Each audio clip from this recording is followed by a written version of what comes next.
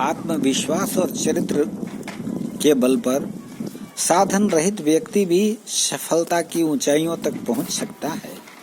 मानव जीवन उथन और पतन की कहानी है, परंतु प्रत्येक सफलता के पीछे दो महत्वपूर्ण तथ्य होते हैं। वह पहला है आत्मविश्वास और दूसरा है चरित्र का बल। इन दोनों में बहुत ही गहरा संबंध है।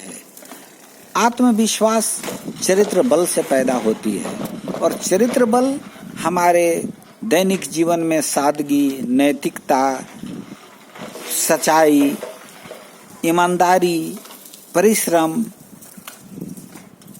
अध्ययन और सत्संग से प्राप्त होता है।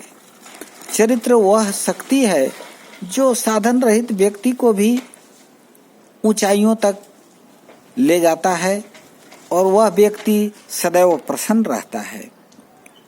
कहा गया है कि money is loss, nothing is loss, health is loss, something is loss, but character is loss, all thing is loss. अगर आपके धन की क्षति हो गई, कोई चिंता नहीं, पुनः कमा लेंगे। स्वास्थ्य की परेशानी हो गई, इसे पाने में कठिन परिश्रम करना पड़ेगा, फिर भी इसे प्राप्त कर लेंगे।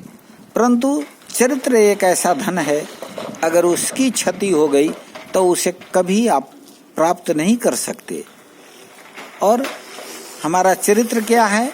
हमारी आदतों का एक समूह है जो जन्म जन्मांतर तक परिश्रम करने से हमें ईश्वर से नैसर्गिक रूप में प्राप्त हुई है और इसका संवर्धन सत्संग से कहा गया है कि बिनु सत्संग विवेक न होई, राम कृपा बिनु सुलभ न सोई। और सत्संग बहुत कठिन और दुर्लभ है। अगर हमें वह प्राप्त होती है तो उससे हमें हमेशा कुछ न कुछ बिन मांगे, बिन दिए मिलते रहता है।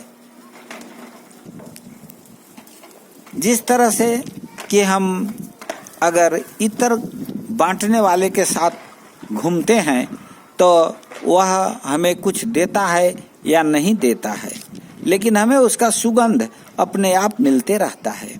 उसी तरह से जब हम जीवन में अच्छे जगह पे रहते हैं, अच्छे लोगों के साथ रहते हैं, अच्छी बातें सोचते हैं, अच्छी किताबें पढ़ते हैं, अच्छे प्राकृतिक रचनाओं को देखकर, ईश्वर की प्रकृति की संरचना को देखकर प्रसन्न होते हैं, बहती हुई नदियों से प्रेरणा लेते हैं कि जीवन में सदैव आगे बढ़ना चाहिए,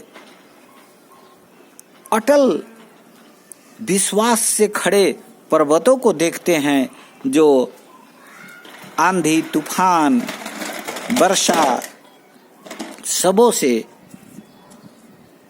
सामना करके जुग जुग तक खड़े हैं।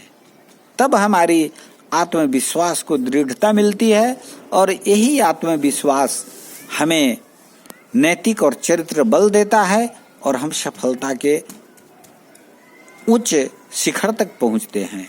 अतः आज हम यही संकल्प करें कि हम अपने अंदर अपने नैतिक बल, चरित्र बल को सदैव बनाए रखेंगे, उसे संरक्षित रखेंगे और अपना आत्मविश्वास बढ़ाते हुए कठिन परिश्रम कर सफलता हासिल करेंगे।